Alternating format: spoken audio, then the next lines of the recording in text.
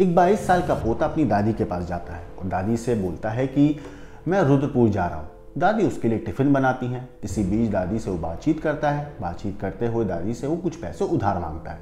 वो दादी से बोलता है कि उसे कुछ पैसे दे दे। दादी पैसे देने से मना कर देती है क्योंकि जो पोता था वो शराब पीने का आदी था, तो दादी उसे पैसे देने से मना कर देती है। इसके बाद पोते को इस बात पर गुस्सा आ जाता है। वो दादी से बहस करने लगता है, लेकिन दादी फिर भी उसे पैसे नहीं देती हैं। गुस्से में तिल मिलाए पोते ने धारदार हथियार से दादी के ऊपर एक के बाद एक कई वार किए, जिससे दादी की मौत हो जाती है।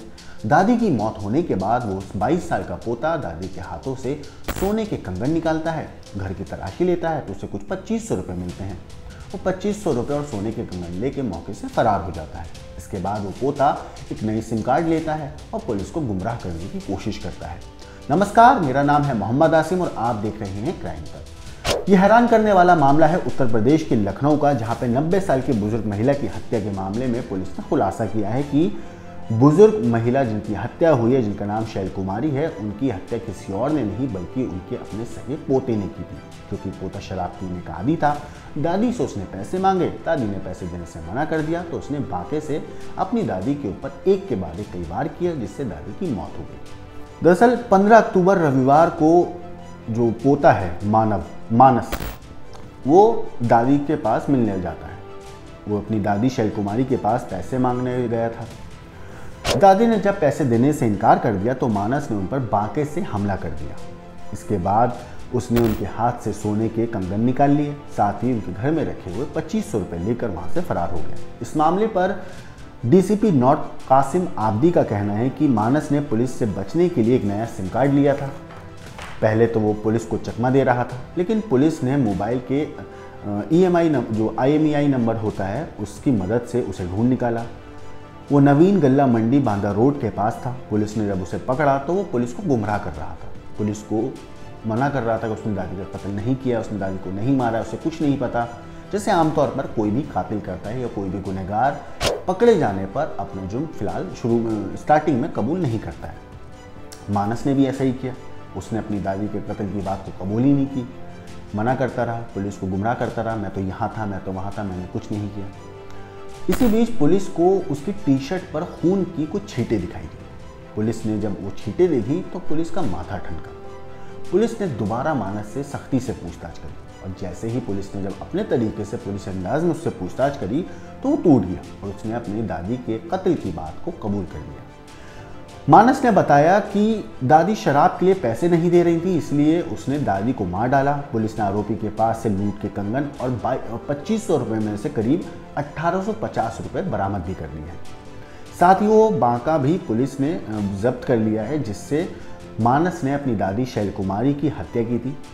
ये शातिर पोता इतना दिमाग लगा रहा था बचने के लिए कि इसने हथियार जो था जिससे उसने दादी का कत्ल किया था, मानस ने उसे पक्के पुल के पास, लखनऊ की एक जगह है पक्के पुल, उसके पास नीचे एक कोई बबूल का पेड़ था, उसकी झाड़ में ये हथियार छुपा दिया था जिससे अपनी दादी का कत्ल किया था। और इसी के साथ पुलिस ने मानस के पास से एक डायरी भी बरामद की है, जिसमें वो शेर व शायरी लिखता था या अपने जो दिमाग में उसकी बातें चलती थी वो अक्सर उस पर कलम से उतार दिया करता था। असल में जो बुजुर्ग महिला है उनके 4 बेटे हैं। जो बुजुर्ग महिला है वो रहती तो हैं अलीगंज थाना क्षेत्र के त्रिवेणी नगर में, लेकिन उनके 4 बेटे हैं। एक बेटा रमेश है जो फैमिली के साथ लंदन में है। दूसरा बेटा मुकेश चंद्र शर्मा है जो फॉरेंसिक विभाग से रिटायर हैं, डिप्टी डायरेक्टर के पद से रिटायर हुए फॉरेंसिक डिपार्टमेंट में। वो भी अपनी फैमिली के साथ लखनऊ के ही जानकीपुरम इलाके में रहते हैं, जबकि बाकी जो 2 बेटे हैं आलोक और महेश, वो भी अपनी अपनी फैमिली के साथ लखनऊ के अलग अलग इलाके में रहते हैं। लेकिन जो शैल कुमारी थी, 90 साल की बुजुर्ग महिला थी, वो त्रिवेणी नगर में रहती थी। रिश्तेदारों के मुताबिक 15 अक्टूबर की सुबह में उनकी 90 साल की अपनी जो माँ थी बच्चों की, उनसे अपनी माँ से उन लोगों ने बात करी थी। जो महिला थी शैल कुमारी, उनसे बात हुई थी अपने बच्चों से, अपने लड़कों से। मगर शाम को जब बेटों ने फ़ोन किया तो उन्होंने फ़ोन नहीं उठाया। उनका शायद बिजी होंगी या सो रही होंगी। थोड़ी देर के बाद जब दोबारा कॉल करी तो उन्होंने फिर कॉल नहीं उठाया। अब माँ की सिर्फ हालचाल पता करने के लिए फ़िक्र हो रही थी बच्चों को, तो उन्होंने पड़ोस के रहने वाले एक शख्स से बोला कि आप एक बार जाकर देख लो, मम्मी फ़ोन नहीं उठा रही है। जब पड़ोस के रहने वाला शख्स उनके घर गया तो देख के उसके हाथ पैर फूल गए, क्योंकि उस घर के आंगन में महिला का शव खून से लथपथ पड़ा हुआ था। उन्होंने फौरन पुलिस को इस बारे में इत्तला दी, बेटों को इत्तला दी। पुलिस भी मौके पर पहुंची, उन्होंने शव को कब्जे में लिया, पोस्टमार्टम के लिए भेजा और मामले की जांच शुरू कर दी। साथ ही परिवार वालों को भी दिया। शुरुआत में पुलिस इसमें प्रॉपर्टी का एंगल से भी जांच कर रही थी और लूटपाट के एंगल से भी जांच कर रही थी, लेकिन ऐसे केसेस में पुलिस अपने जो मृत होता है, जिस पे जो भी आपको जो पीड़ित होता है, उसके आसपास के जितने लोग होते हैं उन पर सबसे पहले शक किया जाता है। तो पुलिस उनके सब रिश्तेदारों पे, उनके बेटों पे, बहुओं पे, जान पहचान वालों पे, पड़ोसियों पे, पोते पे भी पुलिस शक कर रही थी, क्योंकि शक सब पे होता है जब ऐसे कोई केस होता है। लेकिन सबसे ज़्यादा शक उनको पोते पर हुआ, क्योंकि पोते के जो एक्टिविटीज़ थी पुलिस को पता चली थी कि वो ठीक नहीं है। पुलिस ने उसको ज़ीरो इन किया, उस पर नज़र रखी और आखिर में वो पोता पकड़ा गया।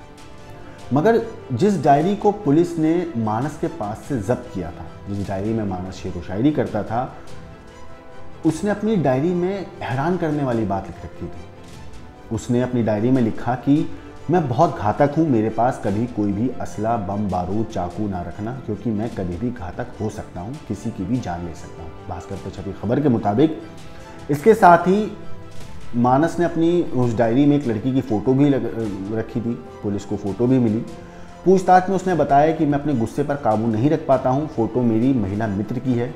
उसने दादी की हत्या का कोई अफसोस भी नहीं जाहिर किया। उसका कहना था कि अगर दादी पैसे दे देती तो शायद वो जिंदा होती, उनकी मौत नहीं होती। दादी ने गुस्सा दिलाया, इसलिए शरीर पर ताबड़तोड़ मैंने वार कर दिया और वो मर गई।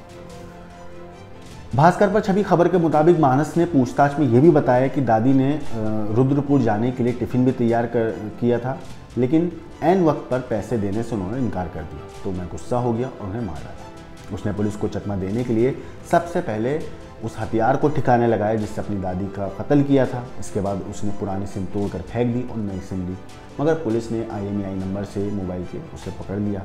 उसने पूरा प्लान कर रखा था कि वो सीतापुर जाने की तैयारी में पूरा बैठा हुआ था, क्योंकि उसने ये बोला था घर पे कि उसकी रुद्रपुर में जॉब लगी, जबकि उसकी जॉब लगी नहीं थी। वो पैसे ऐंठने के लिए, पैसे लेने के लिए, क्योंकि उसे शराब पीनी थी, वो झूठ बोल रहा था। फिलहाल ये कातिल पोता पुलिस की गिरफ्त में है और अपने किए हुए गुनाह की सज़ा काटने की तैयारी कर रहा है।